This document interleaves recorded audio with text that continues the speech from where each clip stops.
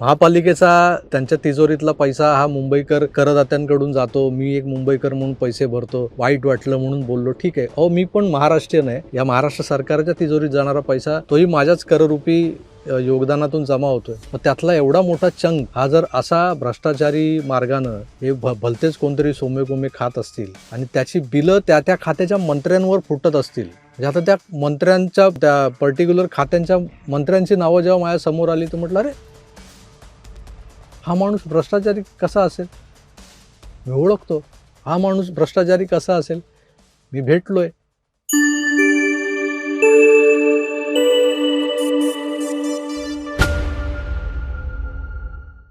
काही तासांपूर्वीच मुंबई महानगरपालिकेतल्या सोशल मीडियाच्या बजेटमधल्या झोलबद्दल किंवा न झालेल्या झोलबद्दल आणि त्यावर महापौर ताईंना आलेल्या रागाबद्दल मी एक व्हिडिओ केला होता. तो आपण पाहिलाच असेल. पण हा जो काही प्रकार चाललाय ना, सोशल मीडियाच्या नावाखाली एक वेगळं बजेट बनवून त्या बजेटचा मलिदा ओरपण्याचा एक राजरोस कार्यक्रम सुरू आहे. तो निव्वळ अशा पालिकांमध्ये नाहीये, तर तो राज्य सरकारमध्ये देखील आहे. राज्यातले कित्येक मंत्री, त्या मंत्र्यांची जी खाती आहेत, त्या खात्यांना अशा पद्धतीनं सोशल मीडियाचं बजेट सँक्शन करून दिलं जातं. राज्याच्या एकूण बजेटपैकी एक मोठी रक्कम या विशेष खात्यांच्या मंत्र्यांना त्यांच्या खात्यांनी केलेल्या कामांचं शोकेसिंग करण्यासाठी, म्हणजे त्यात डिजिटल मीडिया आलं, इलेक्ट्रॉनिक मीडिया आलं, प्रिंट मीडिया आलं, त्यासोबत या खात्याने केलेली कामं असतील, या खात्याची अचिव्हमेंट्स असेल किंवा मंत्र्यांनी केलेलं विशेष असं काही जे काही धोरण राबवलं आहे किंवा काही निर्णय घेतलेत, त्यांचा प्रचार प्रसार करणं असेल, कुठे कुठे एक्झिबिशन्स वगैरे घेतली जातात त्या पर्टिक्युलर खात्यांची. मग ह्या सगळ्या गोष्टी करण्यासाठी एक एजन्सी लागते. त्यांना आपण सध्या ढोबळमानाने सोशल मीडिया मॅनेजमेंट करणाऱ्या एजन्सीज ज्या असतात त्याचं नाव देऊ शकतो, म्हणजे सोशल मीडिया एजन्सी. या सोशल मीडिया एजन्सीचं कामच ते असतं की हे जे काही मंत्री महोदय किंवा त्या मंत्री महोदयांचं खातं जे काही लोकोपयोगी काम करतं, जनतेच्या उपयोगाला पडणारं जे धोरण असतं, त्या धोरणांतर्गत घेतलेले काही निर्णय असतात, त्या निर्णयांचा प्रचार प्रसार व्हायला हवा. त्यांनी केलेली कामं लोकांसमोर जायला हवीत. ज्या काही योजना आहेत त्या योजनांची माहिती लोकांपर्यंत पोहोचायला हवी. ते कुठे उपलब्ध असतात, त्या योजनांचा लाभ कसा घ्यायचा, त्यासाठी कुठले फॉर्म्स भरायला लागतात, त्यासोबत कुठली कागदपत्र जोडावी लागतात, यासाठी काही माहितीपट, छोटे छोटे डॉक्युमेंटरीज वगैरे असं काही बनवलं जातं. ही सगळी कामं ही सोशल मीडिया एजन्सी करत असते. महाराष्ट्र राज्याच्या या सरकारमधल्या काही निवडक खात्यांना अशा पद्धतीचं सोशल मीडिया बजेट सँक्शन केलेलं आहे, जसं मी सुरुवातीला म्हणालो. त्यात अगदी 50 लाखांपासून 1 करोड, 1 करोडपासून 5 करोड, 5 करोडपासून 10 करोड अशा विविध आकड्यांचा समावेश आहे. म्हणजे केवढी मोठी रक्कम आहे याचा तुम्हाला अंदाज येऊ शकतो. आता माझ्याकडे जी माहिती आली आहे किंवा माझ्या काही सोर्सकडून त्यांनी RTI मार्फत जे काही पेपर्स काढलेले आहेत, त्यावरचे आकडे बघितल्यानंतर अशी 3-4 खाती जी ठळकपणे माझ्या नजरेस पडलेली आहेत, की ज्यांच्या खात्यांना सोशल मीडियाचं जे काही बजेटिंग आहे ते मोठ्या प्रमाणात अलॉट केलं गेलेलं आहे. पण या सोशल मीडिया बजेटचा वापर नेमका कसा होतो, हे देखील मला त्याच मंडळींनी काही डिजिटल पुराव्यांच्या मार्फत दाखवून दिलेलं आहे, की हा जो काही निधी येतो तो जातो कसा, खरोखर सोशल मीडियावर खर्च होतो का, सोशल मीडियावर तुम्हाला या सगळ्या मंत्र्यांच्या कार्य अहवालाचे, कार्यवृत्तांताचे किंवा ते जे काही दैनंदिन कार्यक्रम करतात त्यांचे व्हिडिओज पाहायला मिळतात का, किंवा तिथं असं स्पेशली काहीतरी त्या सोशल मीडिया पेजवर गेल्यानंतर तुम्हाला असं जाणवतं का इथं ह्या सगळ्या गोष्टी करण्यासाठी या करोडो रुपयांच्या निधीचा खर्च झालाय. मी बघितलं. मी स्वतः या व्यवसायात आहे इतकी वर्ष. म्हणजे मी साधा कमर्शियल आर्टिस्ट होतो तेव्हापासून अशा पद्धतीची प्रचारकी जी कामं असतात, प्रचार करणारी, प्रसार करणारी, ती मी करत आलोय. पूर्वी मॅन्युअल व्हायचं, आता डिजिटल व्हायला लागलं. त्यात सोशल मीडिया आला. पूर्वी हाताने पोस्टर्स डिझाईन करायचो मी. आता डिजिटली क्रिएशन करतो. माझ्याकडे काही कंपन्या आहेत, त्यांची काही प्रॉडक्ट्स आहेत. त्यांच्यासाठी मी वेगळ्या पद्धतीनं त्यांचं सोशल मीडिया वगैरे बघत असतो. त्यामुळे मला माहिती आहे की याचं बजेट काय आहे. एक तुम्ही WhatsApp स्टोरी असेल किंवा तुमची Facebook स्टोरी असेल, Facebook पेजवर ज्या रेशिओमध्ये एक डिझाइन टाकायचं असेल, तर ते क्रिएट करायला जो डिझायनर असतो, त्याला किती पगार द्यावा लागतो. एकंदर व्हिज्युअलायझर जो असतो, जो व्हिज्युअल क्रिएट करतो, की नेमकं कसं असायला हवं. याच्यामागे कॉपीरायटर असतो, जो त्यातले स्लोगन्स लिहून देतो, शीर्षक देतो. त्यातली काही आकर्षक अशी कॅचलाईन्स वगैरे असतात, त्या लिहून देतो. त्याचा पगार असतो. या सगळ्यांचा एकंदर विचार केला, तर ते एक डिझाइन केवढ्याला पडतं, हे आपण ठरवू शकतो.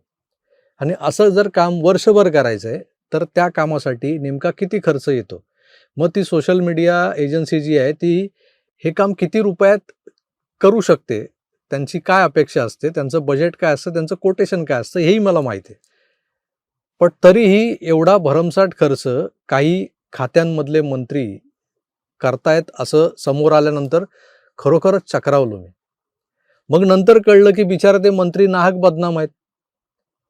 तेव्हा मंत्र्यांचे जे पी-ए आहेत, ओ-एस-डी आहेत, पी-एस आहेत, हे सगळं मॅनेज करत असतात. का मंत्र्यांना एवढा वेळ नाही की सोशल मीडिया एजन्सीला पकडा रे, त्यांचं काम बघा आणि त्यानंतर त्यांना कामं द्या. आज तुम्हाला सांगतो 8,13,000 सबस्क्रायबर्स आहेत. मी या जाहिरात आणि या सगळ्या प्रचार प्रसाराच्या ज्या काही व्यवसायात आज नाही, जवळपास मला 20-21 वर्ष झाली मी काम करतोय. पण मी सरकारचं एकही काम अद्याप ओळखीच्या जोरावर वगैरे मिळवलेलं नाही. माझ्याकडे कुठलंही सरकारी काम नाही. माझे सगळे खाजगी मित्रपरिवारातले उद्योजक आहेत, त्यांची कामं मी फक्त करतो. त्यांची कुठेही मी आणि या सगळ्या गोष्टींची मी जाहिरातबाजी कधी केली नाही. पण मला ही लोकं येऊन भेटली. मला म्हणाले, "अहो, तुमचा एवढा दबदबा आहे, तुम्हाला घाबरतात, तुमचे व्हिडिओ बघून नेते." म्हटलं, "अहो, काय नाही, हे नेते सगळे साले गेंड्याच्या कातडीचे आहेत. मंत्री-संत्री सगळे. झाट कोणाला विचारत नाहीत. सोशल मीडियावर, YouTubeवर फेमस आहे. समोर दिसलं की वाह प्रभाकरजी, छान प्रभाकरजी, बसा प्रभाकरजी, चहा घेणार का प्रभाकरजी. हा जी पुढे लावला की गल्लीतला प्रभाकर खुश होतो. आम्ही गल्लीबोळात वाढलेले लोक आहेत. आम्हाला अजून पुढे काय पाहिजे? आम्ही कुठे त्यांच्याशी कधी चर्चा केली आहे, की तुमचं काय असं बजेट असतं का हो सोशल मीडियाचं? आम्हाला द्या. आम्ही काम करतो आणि गुणवत्तेने करतो. कारण एक आर्टिस्ट म्हणून माझी जी ओळख आहे ती फार वेगळी आहे. ती जर त्याची कंपॅरिझन, त्याची तुलना हे हे हे काय जे कोणी पकडून कामं चालवलेली आहेत, ती थुका लावण्याची कामं आहेत लिटरली. आणि मी बघितलं त्यांच्या त्या ज्या पेजेसवर जाऊन मी बघितलं, एखादं डिजिटल क्रिएट करून टाकलंय. कुठेतरी कुठल्यातरी जयंतीची शुभेच्छा दिलेल्या काहीतरी दिसतंय, कुठल्या कार्यक्रमाची जाहिरात. याच्या पलीकडे काही नाही आणि मग हे करोडो रुपये जातात कुठे? तर यातला 40% जो कट आहे, तो कट मंत्र्याला द्यायचा या नावाखाली तो पी-एस, ओ-एस-डी, पी-ए जो कोणी असतो, तो घेतो स्पष्टपणे. आणि हा त्या सोशल मीडिया एजन्सीलाही माहिती असतो, की एवढे पैसे आहेत. समजा 1 करोडचं काम आहे, तर 50 लाख रुपये, 40 लाख रुपये तुम्हाला किमान त्यांना वाटायचे आहेत. उरलेले जे काही 60 लाख आहेत, त्या 60 लाखात आपल्याला पुढचं वर्षभराचं काम करायचं आहे. हे 40 लाख द्यायला आता माझ्याकडे नाही आहेत. काय करायचं? कोणतरी इन्व्हेस्टर येतो. तो तुम्हाला 40 लाख उचलून देतो. तुम्ही ते देता मंत्र्यांना. मंत्र्यांना म्हणण्यापेक्षा त्या मंत्र्यांचं काम जे बघतात, त्या पी-एस किंवा ओ-एस-डीना देतात. ते पैसे घेतले खुश. तुमच्या नावाने ते टेंडर किंवा जी काही निविदा असते ती निघते. त्यानंतर ही मंडळी त्यांना जे काही पैसे मिळतात, त्यातून ते आधी घेतलेले 40 त्या इन्व्हेस्टरचे ते त्यांना द्यायचे असतात. ते दिले जातात. त्यावर व्याज असतं त्या इन्व्हेस्टरचं. इन्व्हेस्टर काय असा काय तुमच्यावरच्या प्रेमाखातर तुम्हाला असा येऊन पैसे देऊन जाईल असं नाही ना. त्याचा धंदा आहे. तो त्याचं व्याज वगैरे काढून घेऊन ती रक्कम त्यातून वजा होते.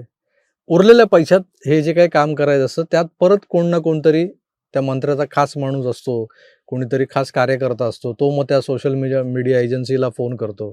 "अरे काय, माझं काय बघितलं नाही." मग त्याला पण कधीतरी काहीतरी द्यावं लागतं. हे सगळे जे काही मी जे तुम्हाला हा जो काही घटनाक्रम किंवा ही जी काही मोडस ऑपरेंडी सांगतोय ना, ही फोन कॉल्समध्ये रेकॉर्डेड आहे. 1-2 मंत्र्यांचे ओ-एस-डी, पी-एस हे सोशल मीडिया एजन्सीबरोबर बोलत असताना त्यांनी ते कॉल रेकॉर्ड करून ठेवलेले होते आणि ते कॉल जेव्हा मला ऐकवले या मंडळींनी, ही 3-4 मंडळी मला गेल्या आठवड्यात येऊन भेटली. त्यांनी मला हे सगळं सांगितलं, दाखवलं, हे पेपर दाखवले. म्हटलं मला पुरावे द्या. हे पुरावे सगळे समोर आल्यानंतर मी ठरवलं, की यावर बोलायला हवं. महापालिकेचा त्यांच्या तिजोरीतला पैसा हा मुंबईकर करदात्यांकडून जातो. मी एक मुंबईकर म्हणून पैसे भरतो. वाईट वाटलं म्हणून बोललो. ठीक आहे. अहो, मी पण महाराष्ट्रीयन आहे. या महाराष्ट्र सरकारच्या तिजोरीत जाणारा पैसा तोही माझ्याच कररूपी योगदानातून जमा होतोय. मग त्यातला एवढा मोठा चंक हा जर असा भ्रष्टाचारी मार्गानं हे भलतेच कोणतरी सोमे-कोमे खात असतील आणि त्याची बिलं त्या खात्याच्या मंत्र्यांवर फुटत असतील. म्हणजे आता त्या मंत्र्यांच्या त्या पर्टिक्युलर खात्यांच्या मंत्र्यांची नावं जेव्हा माझ्यासमोर आली, तर म्हटलं, "अरे, हा माणूस भ्रष्टाचारी कसा असेल? मी ओळखतो. हा माणूस भ्रष्टाचारी कसा असेल? मी भेटलोय."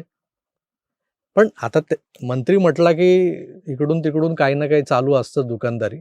त्यामुळे आपण काय असं एकदम धुतल्या तांदळासारख्या लोकांवर बोलतोय असंही समजून चालायचं नाही. अहो, पण हा सोशल मीडियाच्या नावाखाली चाललेला जो भ्रष्टाचार आहे ना, तो कुठेतरी थांबवायला हवा. तुमच्या खात्याची कामं आहेत, ती कामं तुमच्याकडे घेऊन येणारे दलाल फिक्स आहेत मंत्रालयात. ते तुम्हाला प्रत्येक फाईल मागे कट देतात. आता कट मिळाल्यानंतर तो कसा वाटप होतो, कुठपर्यंत जातो, वरपासून खालपर्यंत हे सगळं मला माहिती आहे. मी स्वतः आमदारांचा पी-ए म्हणून 10 वर्ष काम केलेलं आहे. हे सगळं जवळून बघितलेलं आहे. त्यामुळं ह्या सगळ्या कुणाला तरी काय 2 पैसे मिळतायत म्हणजे एखादं काम होतंय, त्या कामासाठी काहीतरी असं नारळ फोडावा लागतो देवळात. तसं नारळ फोडणं, काहीतरी दानदक्षिणा देणं, नंदीला हात लावणं, हे सगळं होतच असतं.